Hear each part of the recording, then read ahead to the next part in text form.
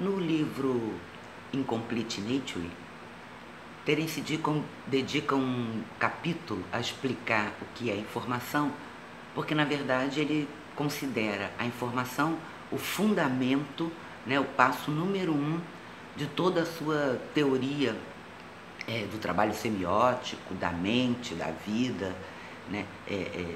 De uma certa forma, a informação é o fundamento último das teorias de Dickon, né? Ele considera a informação uma entidade intencional arquetípica, né?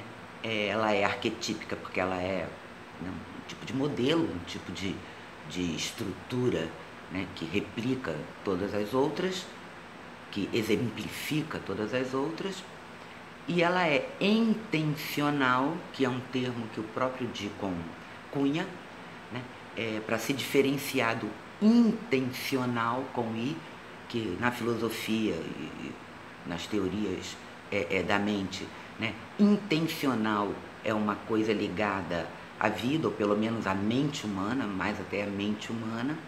Então, para não se confundir com a ideia de intencionalidade, como vem tratando os filósofos, ele define uma entidade intencional como tudo aquilo que só existe em relação a alguma coisa ausente.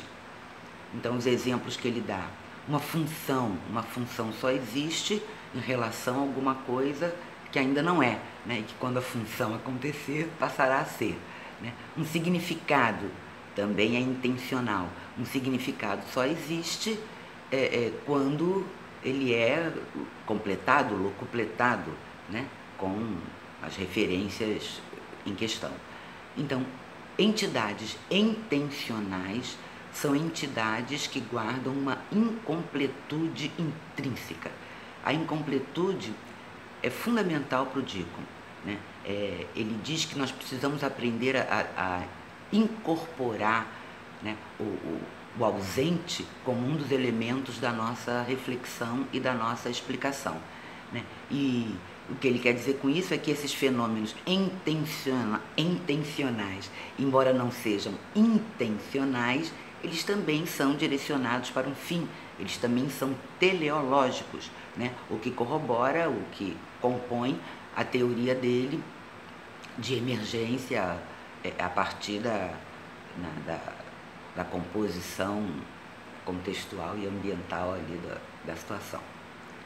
Bom, então voltando ao conceito de informação, né? O Dickon vai ser um dos primeiros teóricos que dá uma definição completa do que seria informação, né?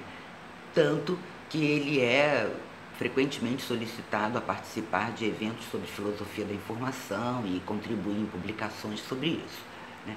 Ele tem, para além dos 2 livros famosos dele, o Symbolic Species e o Incomplete Nature, né, ele tem um artigo de 2007 onde ele propõe redefinir a informação à luz das teorias de Shannon, de Boltzmann e de Darwin.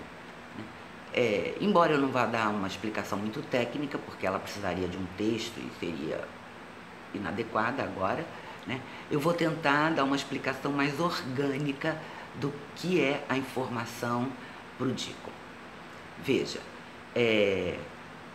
nós temos que reconhecer o nosso contexto, nós temos que ter uma expectativa em torno do nosso contexto para que alguma coisa possa ser informativa, né? Por quê? Porque uma informação é exatamente alguma coisa que vai contra a expectativa, ou frustrando, ou corroborando, né? Se tudo tivesse a mesma chance de acontecer no mundo, se todas as possibilidades, todos os mundos possíveis, né? É uma boa nomenclatura. Se todos os mundos possíveis tivessem a mesma probabilidade de se instanciarem, então nada aconteceria e o universo não seria informacional para nossa cognição, né? Exatamente o fato de algumas possibilidades, de alguns mundos possíveis serem mais prováveis que outros e de nós podermos identificar isso a partir de processamento de repetições, de similaridades, né? Ou seja, construindo expectativas.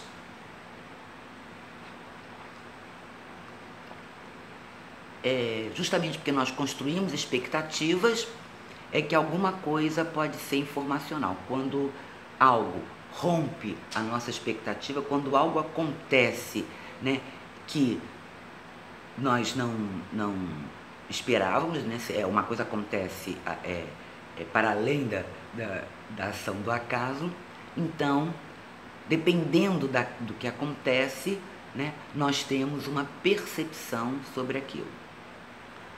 A terminologia que o Deacon usa é que ele vê na definição do Shannon, das teorias da comunicação, né, de 1947, ele foi lá se inspirar na teoria do Shannon, porque o Shannon,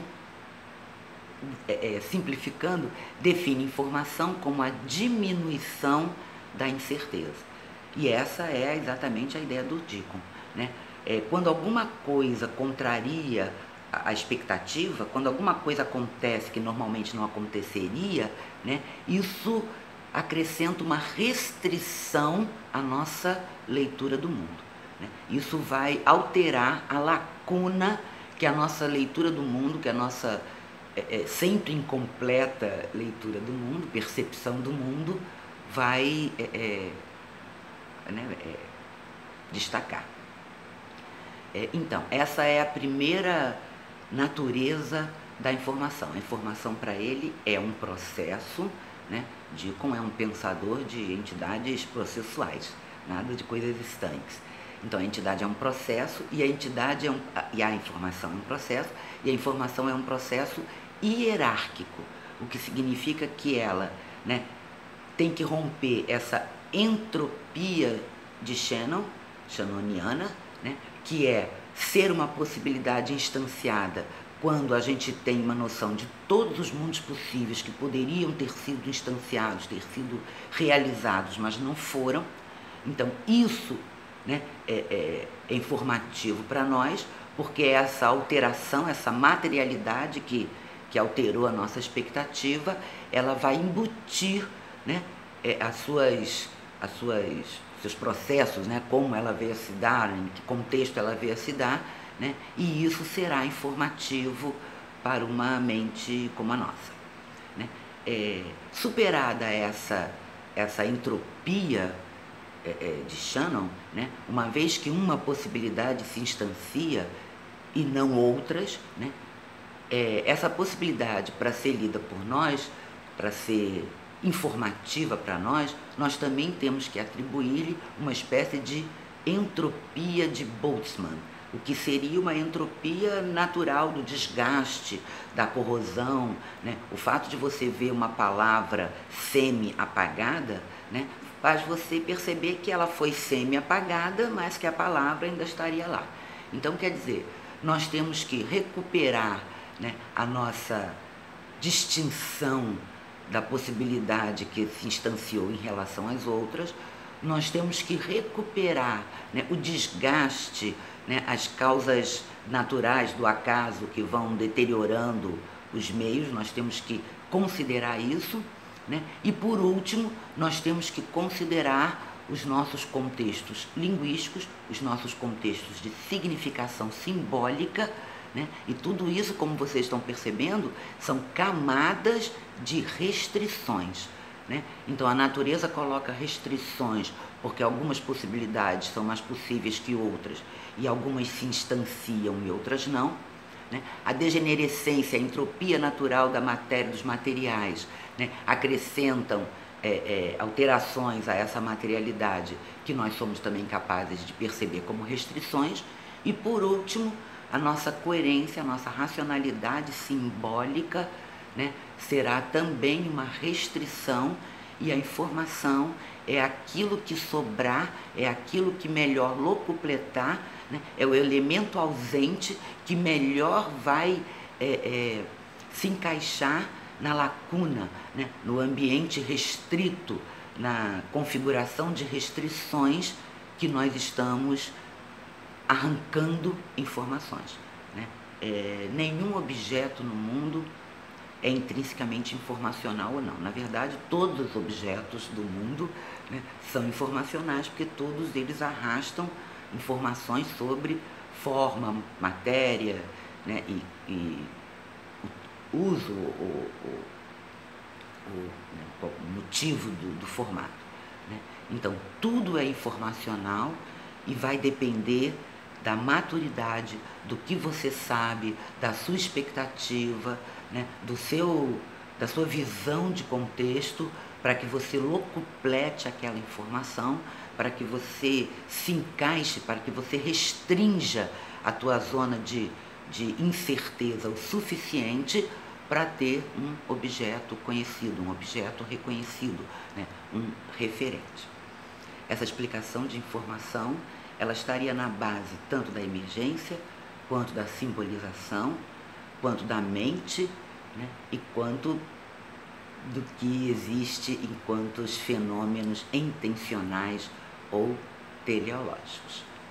Eu considero essa definição de informação do Deacon muito significativa, né, e é por isso que eu adoto tanto no meu projeto de construir, de fortalecer uma filosofia da informação.